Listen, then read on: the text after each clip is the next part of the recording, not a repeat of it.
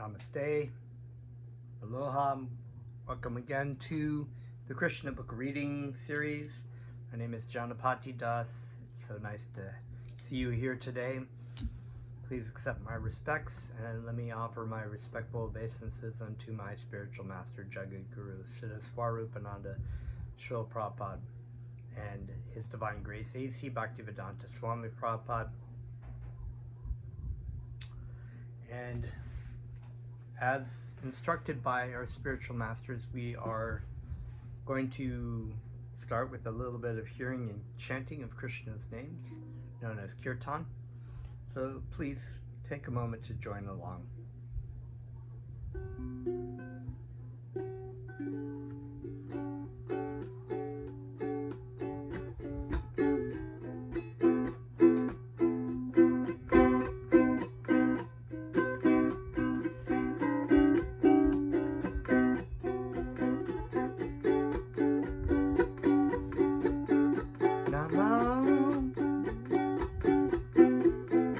Vishnu Padaya, Krishna Prastaya Putale,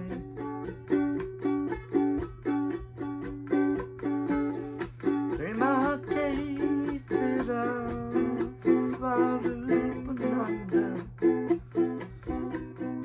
Paramahamsa Dinamine, Namo Vishnu Padaya, Krishna Prastaya Bhutale,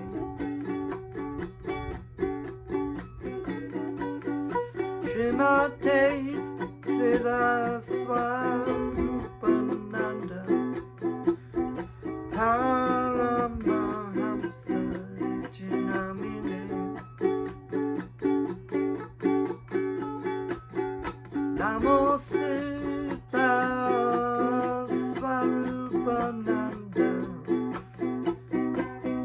Paramahamsa Namine,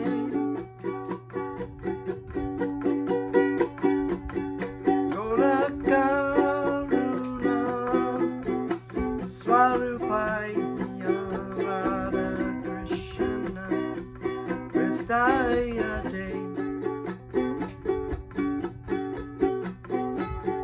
Namo Siddha Swarupananda,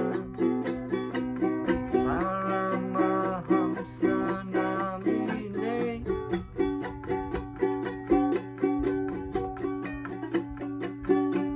Pate Siddha Swarupananda, Gorakaruna Swarupananda. I got that mantra a little mixed up, sorry. Bhaja Shri Krishna Chaitanya Prabhu Nityananda,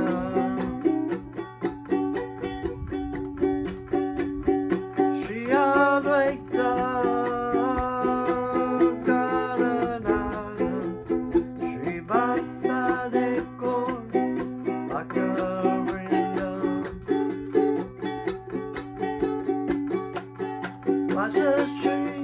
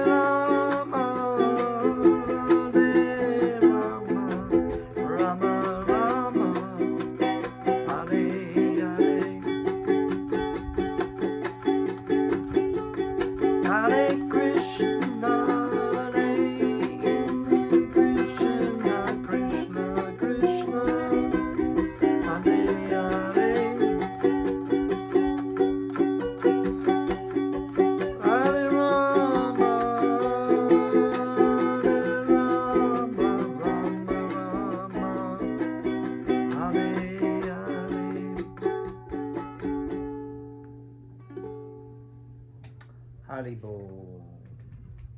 Om Namo Bhagavate Vasudevaya. I was born in the darkness of ignorance, and my spiritual master opened my eyes with the torch of knowledge. I offer my respectful obeisances unto him. So Haribo, we are going to continue with the prayers by the personified Vedas. We've been reading through this chapter. So much wonderful and amazing philosophy in here that if you haven't watched these videos, I recommend you go back in the my YouTube channel and this channel actually, and listen to them. Comment and share with your friends.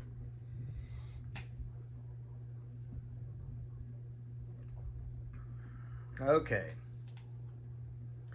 So, when Prahlad Maharaj was asked by his atheistic father to describe something good, very good which he had learned, he replied to his father. So, this, of course, we are referencing is Prahlad Maharaj, who was 5 years old. Prahlad Maharaj was the incarnate of Lord Jesus Christ and Lord Brahma, Lord Jesus Christ, same living entity, who is also Prahlad Maharaj and Haridas Thakur. So his father, of course, is Hiranyakashipu in the story of Lord Nrsingadev and Prahlad Maharaj. And there was a scene where Prahlad his father was a demon, but, you know, very powerful and wealthy king, man of the world, thought the best thing to do was to have his son educated in material knowledge to the T, how to rule the kingdom, how to do economics and history and whatnot, which, you know, is an important thing to learn about, as long as it's in relation with Krishna consciousness. Then it's, you know, all these things that we accumulate in this life, these kinds of different sort of material attributes and different strivings and what, they're considered to be zeros by themselves, and they're used for our own pleasure. But when you put Krishna, the number one, in front of those zeros, it becomes very valuable. So you have all these things that you can do, you can use in the service of Krishna. But here, the atheistic father, Hiranyakashipu, was very atheistic. He thought he was God, actually. Which anyone who thinks that they're God, including Mayavadi philosophers and personalists who say that it is all one and everyone is God, are actually atheists, because they deny the existence of one Supreme Lord.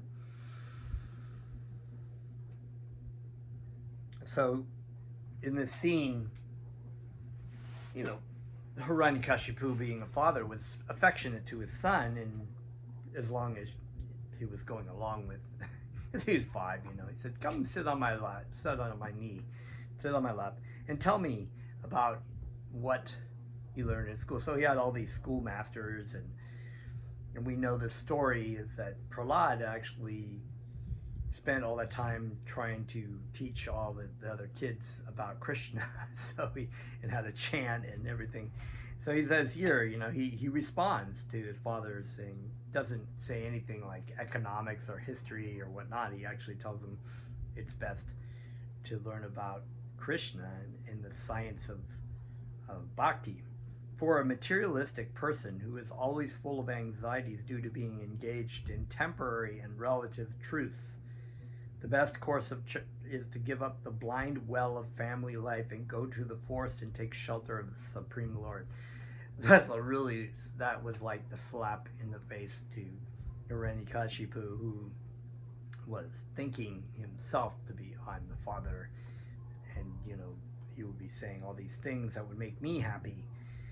But here he's saying that indirectly Hiranyakashipu is acting like a materialistic person who's really in anxiety by being engaged in a temporary and a relative truth. Now, the truths are relative in the sense that a lot of empirical science is also a relative truth, because sometimes people claim it to be the absolute truth when it's really a speculative truth. And when pitted against the absolute truth of Vedic knowledge, it is only a relative truth. So this idea of relative truth is, you know what I think, you know what I think, and this world is full of you know what I think, and social media and op-ed, letters to the editor, newspaper, people making their own comment about the same kind of things. You know what I think, that's my truth, you know. That's my truth, this is your truth. I'm an atheist, and that's good. I'm a homosexual, and that's my relative truth, even if it's pitted against your truth. Your truth is just your truth and my truth. So these kind of things are temporary, and they're relative truths. They're not the absolute truth. So they're true to the living entity conditioned in the material world,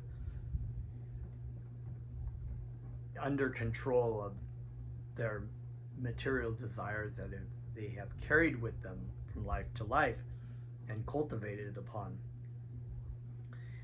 So the best course is to give up the blind well of family life and go to the forest and take shelter of the Supreme Lord.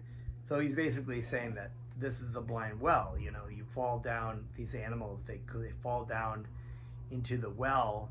They can't see because it's so dark. Material life is like that. And you know, we can all, if we're householders, and this we've been talking about in the previous paragraphs, the perfection of human life is based on knowledge and renunciation. It's very difficult to attempt to reach the stage of knowledge and renunciation while in family life. And the reason is because under family life, in the stage of family life of Grihastha, you've gone from brahmachari, which is a pretty austere sort of student life where you're celibate and you're cultivating knowledge and you're not really engaging in nonsensical things. But when you get to be married, then you go into a family life where you're married, and it is an ashram, considered an ashram, because you're supposed to take a wife, help that living entity of a wife to go to Krishna, to think about Krishna, and you and your wife are supposed to serve Krishna together with your life. And so there is some economic development, there is some sense gratification in the form of sex, which begets children that you raise in Krishna consciousness, but it's not an unrestrained sort of sexual and what's the word I'm thinking of, materialistic endeavor. Like, oh, now I'm married, now I have my house, and that's really what happens in family life. You get caught up in your family and your sense gratification and the money that you make, and then everything is about dollars and cents. And that's, you know, the stage of life that I'm in right now, actually, because when you're married and you have children, you need to have some economic development. So there is a lot about trying to survive, live, and, you know, pay your rent, pay your bills and whatnot. But here Prahlad Maharaj is indirectly insulting his father by saying, you know, you're putting me up on your knee and everything like this, but this whole thing that you kind of envisioning about family life is actually a blind well. So you should take shelter of Krishna, because Krishna is the ultimate goal, and with the time of death you want to go back to Krishna. But in this day and age, we are given a sacrifice. This was a previous age, so you're given a sacrifice of hearing and chanting Krishna's name. So you can be living in a family as long as you're engaging in the chanting of Krishna's names in your family. You're cultivating Krishna consciousness in your family. And when your children grow up, they can start their own family and teach their children and then you go on to the next stage of retired life, in which you've given up family life, so the sex gratification, the economic intense development is not so important. You just focus on use your money that you've cultivated in your family life to help assist in your spiritual master's projects and spreading Krishna consciousness basically is what you do. And that next stage, those who are actually pure devotees are celebrated as Mahatmas, or great sages, personality, perfect in knowledge. So I just was hearing a wonderful lecture from my spiritual master who was talking about this idea of Mahatma. Mahatma is a great soul. It's actually a pure devotee of Krishna. That is a great soul. These are the people that actually are focused on Krishna consciousness one pointedly. They have no desire, any material desires or whatnot. But what's very popular is to name somebody a Mahatma who's a politician, or someone who is has a very important, like Mahatma Gandhi. And Mahatma Gandhi, unfortunately, although being a great political leader who led a revolt against a non-violent revolt in India against the British occupation, was not taking his spiritual life very seriously. In fact, a lot, and had very erroneous spiritual visions about things. And even Bhaktivedanta Swami Prabhupada had written him a letter telling him that he should give up his political ambition and focus on giving people Krishna, of course, and that people who tried to do things like what he was trying to do with the political would actually eventually be assassinated, which is what exactly happened to him. He even got warning about that, but he still went to this place and was assassinated by a Hindu nationalist. So that's the real Mahatmas, a great sages, a personality, perfect in knowledge. Now, Mahatma Gandhi, Gandhi was not a perfect in knowledge, or he may have been a very materially intelligent and somewhat wise. He had some wise sayings and whatnot, so I can't really say that he was a horrible person or anything like that, but he missed the opportunity, especially by given opportunity from Bhaktivedanta Swami Prabhupada, who reached out to him, a pure devotee of Krishna, to try to help him and instruct him, but ignored him. So the real Mahatmas are personalities perfect in knowledge. And what's that knowledge? That knowledge is Bhakti Yoga. That knowledge is Jnana. That's real knowledge, Jnana Yoga, real knowledge of the absolute truth in your relationship with Krishna. They always think of the Supreme Lord and his lotus feet, and thus they automatically become liberated. Devotees who are always situated in that position become electrified by the inconceivable potencies of the Lord, and thus they themselves become the source of liberation for the followers and devotees. Such a beautiful concept, when you have electricity, this current, and you come into contact with the devotee of Krishna, who is non-different in expansion of Krishna's mercy. The devotee of Krishna is as good as Krishna because he has surrendered to his spiritual master in the lineage of pure spiritual masters all the way back to Krishna. So there's this sort of electrified current that starts from Krishna and runs through the Gaudiya Vaishnava Sampradaya, or line of pure spiritual masters, directly down to my spiritual master. And I can't take credit for being a pure devotee. I'm pretty fallen, but by the mercy of my spiritual master, I'm able to try to spread what he's been teaching me, so that currency, even though I am very imperfect in giving the absolute truth out, that electricity is still there because of my desire to try to be pleasing to my spiritual master. So this is a very wonderful, and it's said by the inconceivable potencies of the Lord, that one becomes electrified, automatically becomes electrified. One cannot understand that's why they're inconceivable potencies. Even with our little itty bitty mind, we can't even understand it. Sometimes some scientists, atheistic scientists, try to deny the existence of God because their little pea brain can't wrap around what is being said here. and thus they themselves become the source of liberation for their followers and devotees. A Krishna consciousness is fully electrified spiritually, and therefore anyone who touches or takes shelter of such a pure devotee becomes similarly electrified with spiritual potencies. So wonderful. So there's another analogy that, like, the when you have like an iron, cast iron rod, it's made of iron and it's made of this metal, and when you stick that iron in the fire, the iron will take on the same quality of the fire. So it's almost like a formed fire, because if you put your hand around it, it has the same burning sensation, or if you put it into water, it'll same kind of thing. So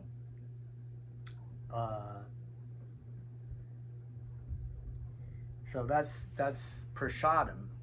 Prasadam means the mercy of spiritual master. Prasadam can be food that you offer, but it can also be the mercy that you receive in the means of words from your spiritual master. It could be coming into contact with seeing the darshan of seeing your spiritual master. So many wonderful things. And such devotees are never puffed up with material opulences. Generally, the material opulences are good parentage, education, beauty, and riches, but although the devotee may possess all four of these material opulences, he is never carried away by the pride of possessing such distinctions. It's really interesting that Bhaktivedanta Swami Prabhupada puts pride in here, because reading recently in a class on the Bhagavad Gita, there's a reference in divine and demoniac natures of, I guess you could say, the living entity, or the living entity under conditioning is part. The living entity in his spirit soul has divine natures, and there's a long list in the beginning of chapter 16, and a certain amount of demoniac in the conditioned state. One of the demoniac natures of the living entity being conditioned is pride. So it's a very interesting thing, because there's, here it says, and I just lost it here. Yeah, such devotees are never puffed up with material opulences. Generally, the material opulences are good parentage, education, beauty, and riches, but although the devotee may possess all four of these material opulences, he is never carried away by the pride of possessing such distinctions. What's pride? Just sort of very proud. Look how great I am. Look how wonderful I am. Look, this is extended through, and it's all false bodily identification. We know this is also pride parades. I'm proud that I am a homosexual. I am proud. I got black pride. I've got white pride. I've got female pride or male pride. I'm very proud. But the problem with all these things is not the political aspect of it so much as the false bodily identification. All these kinds of being proud of the false bodily identification, thinking I am this body, I am this sex, I am this desire that's in my mind, I am this wealthy, I am this smart, I'm this beautiful. These all have to do with the body. And while some of these things can be actually very beneficial if you're utilizing them in the service of Krishna, they're temporary and they're not eternal. And they don't really have anything to do with us as a spirit soul. So taking pride in the possessions of these things that are false, that are not true, will actually bring not happiness and not satisfaction, which is what many people think. This is why we have pride parades, and we have these, this parade, or the Ku Klux Klan parade, or the whatever, the women's parade or the men's parade. It never brings satisfaction, because it is false. It has nothing to do with the spirit soul, the real living entity within the body. It is just a temporary stopover. We come into this world with certain kinds of desires. We come into this world with a certain amount of karma from previous lives. and that all manifests in the body that we take on and the particular type of desires we have in our mind that play out through our life. And we can either act upon them, or if we have, fortunately enough intelligence to know that this is not who I am, then we don't act upon it. And the things that have any kind of value, like maybe these sort of things like money or wealth or education, would be valuable in the sense of using them in the service of Krishna, like these zeros that have the one at the beginning. Great devotees of the Lord travel all over the world from one place of pilgrimage to another, and on their way they meet many conditioned souls and deliver them by their association and distribution of transcendental knowledge. And Krishna is giving freely, and the devotee of Krishna is giving freely. And people may seemingly not take to it, but it's had an effect already for maybe another lifetime.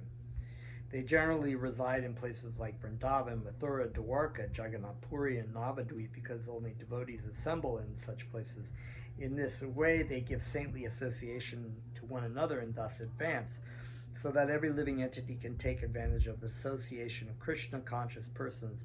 Such great devotees open temples and ashrams where Krishna's devotees assemble. By such association, people can develop more and more in Krishna consciousness. Such advancement is not possible in ordinary household life, which is devoid of Krishna consciousness. So we say ordinary household life, just random willy-nilly, whatever most people are doing. And wherever the devotee of Krishna is actually a holy place. So while it is true you can be in places of pilgrimage in India, the great saintly persons and great devotees of Krishna are all over the world, and where their feet touch and where their land is a sacred place. So we can take shelter of those places because the devotee of Krishna is there. Personified Vedas continue. Dear Lord, there are two classes of transcendentalists, the impersonalists and the personalists. The opinion of the impersonalists is that this material manifestation is false, and that only the absolute truth is factual. So this is a pretty popular concept, that this material world is an illusion or a dream state. Sounds kind of exciting and far out, but actually it's not true. The reason why the bhakta or the spiritual master will say sometimes that the material world is an illusion is because the illusion or the elusive state is in thinking that what is present around you in material energy is eternal and ever existing. It isn't. I mean, it is in an unmanifested, manifested way that is constantly changing. In other words, the body changes completely every 3 to 5 years. The atoms are going in, you're eating food, things are going in and going out. Cells are dumping stuff, cells out into waste, which gets picked up on other things. So the chemicals are constantly going, they're constantly moving. Everything is moving, everything is constantly changing. That's what makes it an illusion. So you can't say that these things will be consistent, but everyone wants to operate in the material world like it is eternal, like it is ever existing, like it doesn't change, like I will be young forever, even though they know in the back of their minds that eventually my body will get old if I live long enough and I don't get killed or something. But they don't really operate on that. So that's not to say that the world is false, the material manifestation is false, is only in that state, not in the fact that it's just not real. And the only absolute truth is factual. The view of the personalist, however, is that the material world, although very temporary, is nevertheless not false, but factual. So it is fact. It is real. You get hit by a car, that is real. You're experiencing that. That's, they can't just say that this is not real.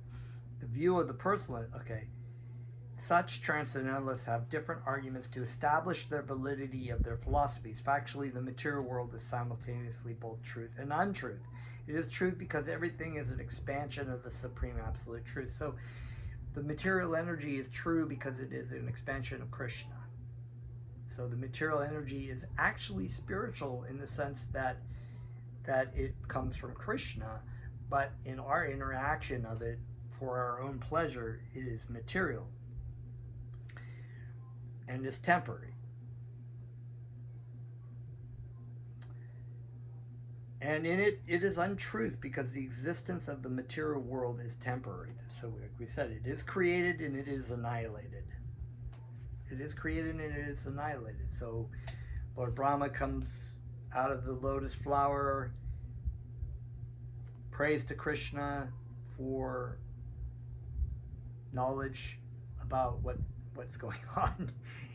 Krishna gives them the knowledge to create the universe. There is a cycle. There are cycles of yugas. There is movement. There is a beginning that is created and maintained by Lord Vishnu and destroyed by Lord Shiva, right at the end of the life of Lord Brahma. Because of its different conditions of existence, its cosmic manifestation has no fixed position. Those who advocate acceptance of this material world as false are generally known by the maxim Brahma Satyam Jagan Mita. They put forward the argument that everything in the material world is prepared from matter. For example, there are many things made of clay, such as earthen pots, dishes, and bowls. After their annihilation, these things may be transformed into many other material objects, but in their cases, their existence as clay continues. An earthen water jug, after being broken, may be transformed into a bowl or dish, but either as a dish, bowl, or water jug, the earth itself continues to exist. Therefore, the forms of the water jug, bowl, and dish are false, but their existence as earth is real. This is the impersonalist version. This cosmic manifestation is certainly produced from the absolute truth, but because its existence is temporary, it is false. The impersonalist understanding is that the absolute truth, which is always present, is the only truth. In the opinion of other transcendentalists, however, this material world being produced of the absolute truth is also truth. The impersonalists argue that this is fallacious, because it is sometimes found that matter is produced from spirit soul, and sometimes that the spirit soul is produced from matter. Such philosophies put forward the argument that although the cow dung is dead matter, sometimes it is found that scorpions come out of cow dung. Similarly, dead matter like nails and hairs come out of the living body. Therefore, things produced by a certain thing are not always of the same quality as that thing. On the strength of this argument, Mayavadi philosophers try to establish that although this cosmic manifestation is certainly an emanation from the absolute truth, the cosmic manifestation does not necessarily have truth in it. According to this view, the absolute truth Brahman should therefore be accepted as truth, whereas the cosmic manifestation, although a product of the absolute truth, cannot be taken as truth. The view of the Mayavadi philosophers, however, is stated in the Bhagavad Gita to be the view of Asuras, or demons. The Lord says in the Bhagavad Gita, Ashatyam apratritam te jagad ahur aneshvaram aparashpara sambhutam kim anyat kama haitukam. The Asuras' view of this cosmic manifestation is that the whole creation is false. This is in that chapter, the demonic and divine, chapter 16 of the Bhagavad Gita. The Asuras think that the mere interaction of matter is the source of the creation and that there is no controller or God. So it's really an atheistic. It's not even. There is no God in this, really. But actually, this is not the fact. From the 7th chapter of the Bhagavad Gita, we understand that the 5 gross elements, earth, water, fire, air, and sky, plus earth, water, fire, air, ether, plus these subtle elements, mind, intelligence, and false ego, are the 8 separated energies of the Supreme Lord. Beyond this inferior material energy is a spiritual energy known as the living entities. The living entities are accepted to be the living entities are accepted as the superior energy of the Lord.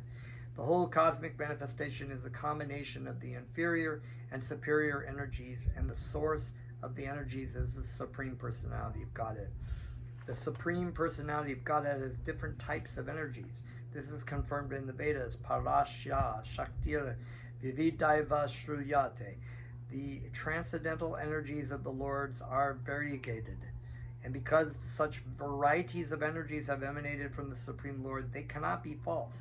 So it's atheistic to say that there's some kind of illusion, but we don't know where the illusion comes from. If all things are supposed to emanate from the Supreme Lord, because the Supreme Lord is absolute, to say that all the material energy comes from the spiritual energy, but yet does not come from the spiritual energies. It's an illusion. But where does this illusion come from? Where does this phantasmagoria come from? It has to come from somewhere.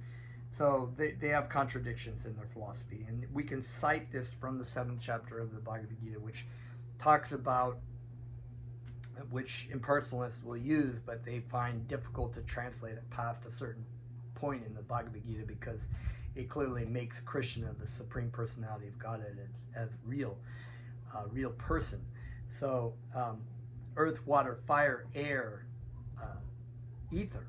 So these kind of material elements, mind, intelligence, false ego, subtle energy, are considered to be inferior energy of God. That's what it says in the Bhagavad Gita, chapter 7.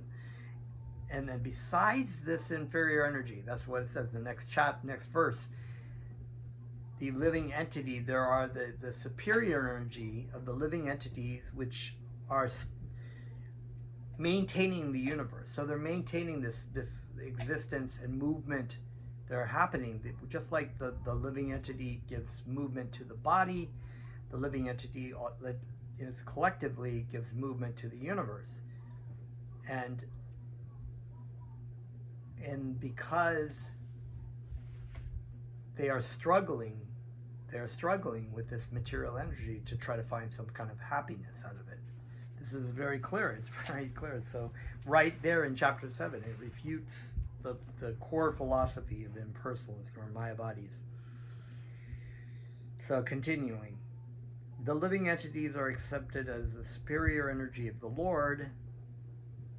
The whole cosmic manifestation is a combination of the inferior and superior energies, and the source of the energies is the Supreme Personality of Godhead.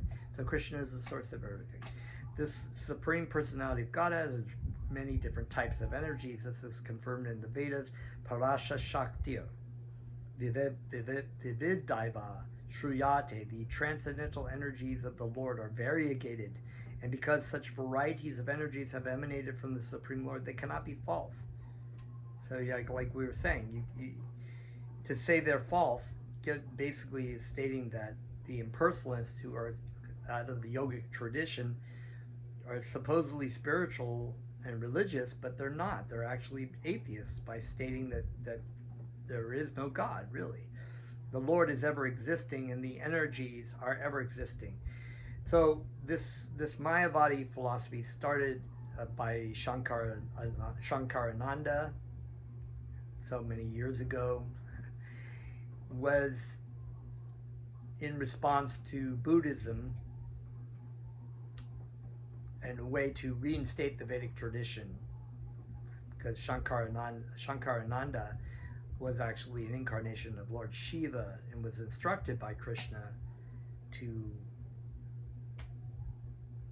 come and delude the atheistic Buddhists and to drive Buddhism out of India, basically.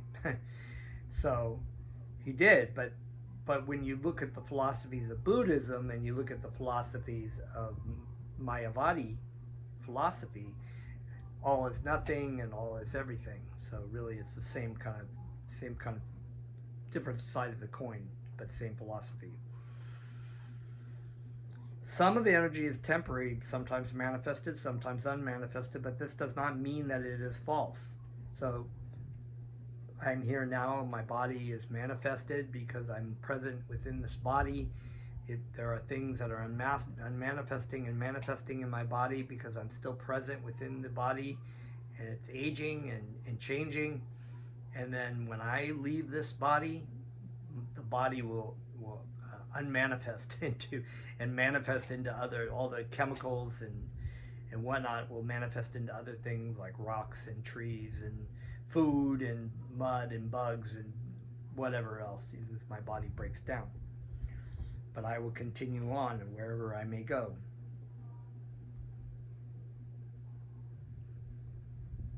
The example may be given that when a person is angry, he does things which are different from his normal condition of life, but the fact that the mood of the anger appears and disappears does not mean that the energy of anger is false.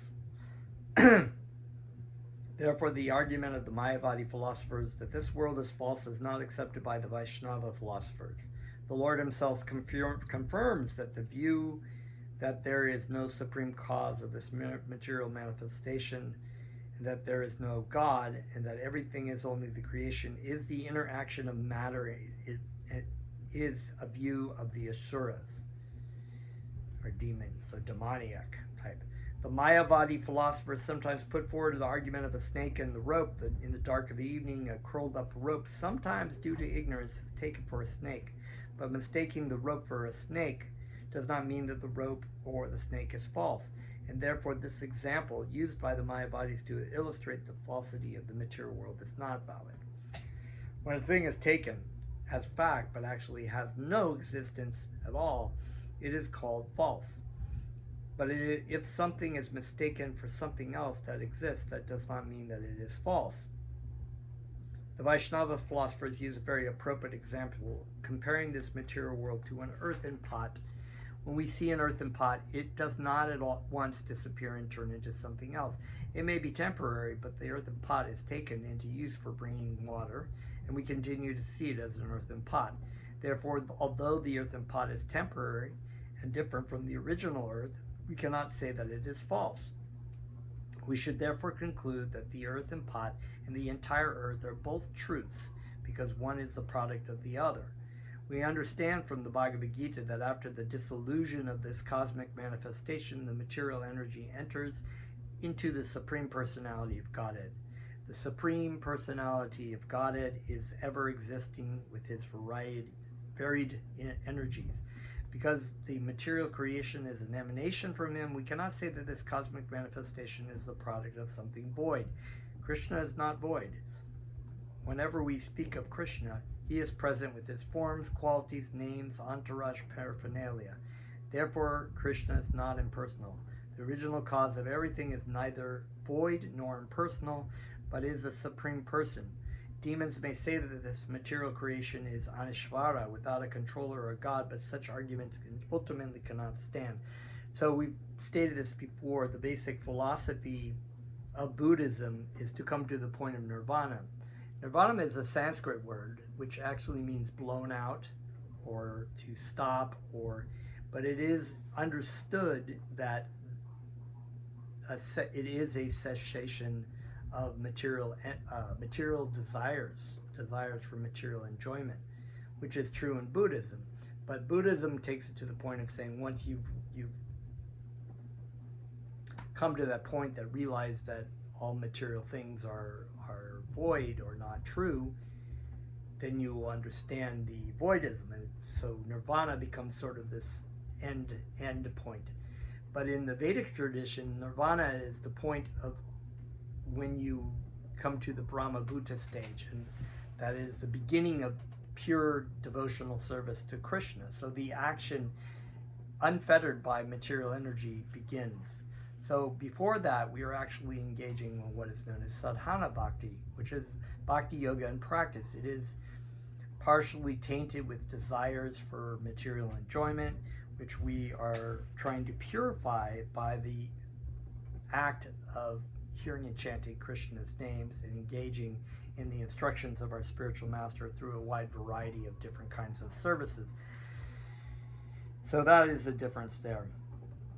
But the example given by the Mayavadi philosophers that inanimate matter like nails and hair come from the living body is not a very sound argument. Nails and hair are undoubtedly inanimate, but they come not from the animate living being, but from the inanimate material body. Similarly, the argument that the scorpion comes from cow dung means that the living entity comes from matter is also unsound. The scorpion, which comes out of cow dung, is certainly a living entity, but the living entity does not come out of the cow dung. Out of the living entity's material body, or the body of the scorpion comes out of the cow dung. The sparks of the living entities, as we understand from the Bhagavad Gita, are injected into material nature and then they come out. The body of the living entity in different forms is supplied by material nature, but the living entity himself is supplied by the Supreme Lord. The father and mother give the body necessary for the living entity under certain conditions. The living entity transmigrates from one body to another according to his different desires. So that's a key. We have different desires. If there are different desires for different kinds of material, we come to the end of our life, we carry those desires with us. If we have a desire to serve and love Krishna, we go back to Krishna, which in the subtle form of intelligence and mind and false ego accompany him from body to body. By superior arrangement, a living entity is put into the womb of a certain type of material body, and then he develops a similar body.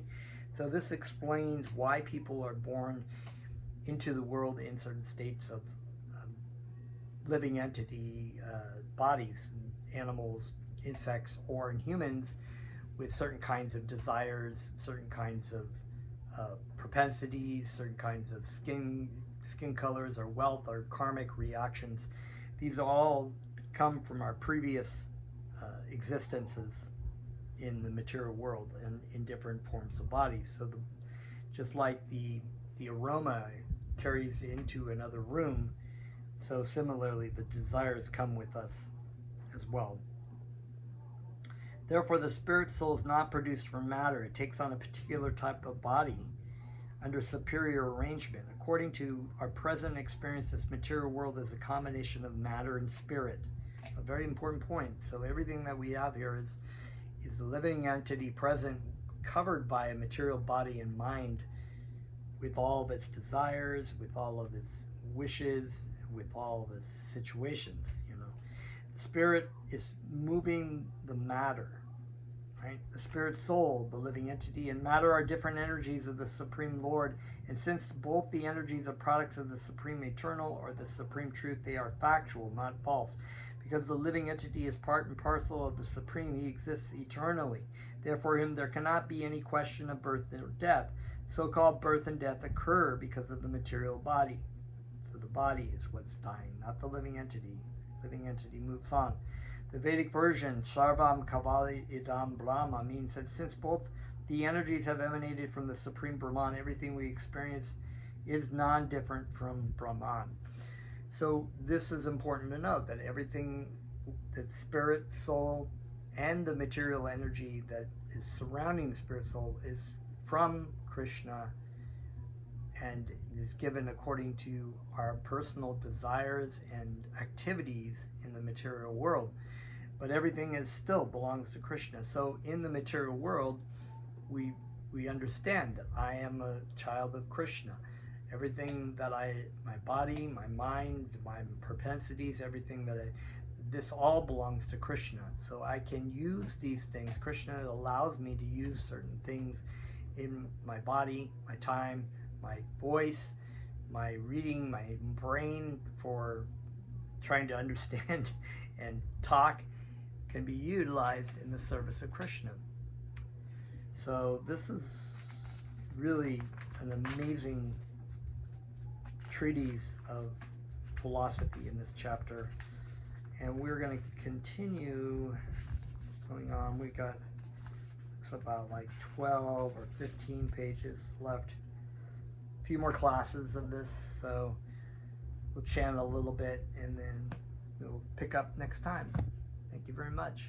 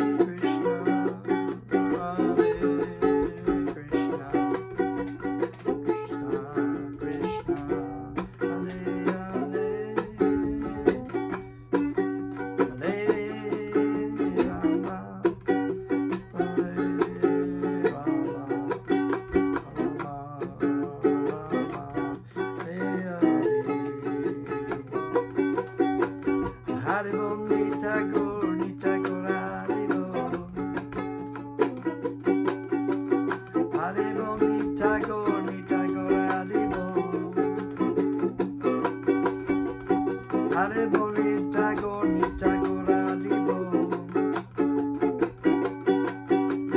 Haribo Nitagor Nitagor Haribo. Nichanana Nichanana Nichanana Haribo. Chaitanya Chaitanya Chaitanya Haribo. Nichanana Nichanana Nichanana Haribo. Chaitanya Chaitanya Chaitanya. Haribo Nitagor Nitagor Haribo.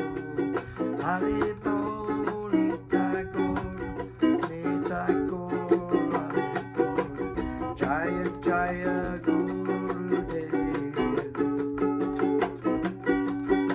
Jaya Srila Prabhupada. Jaya Jaya Gurudev. Jaya Srila Prabhupada.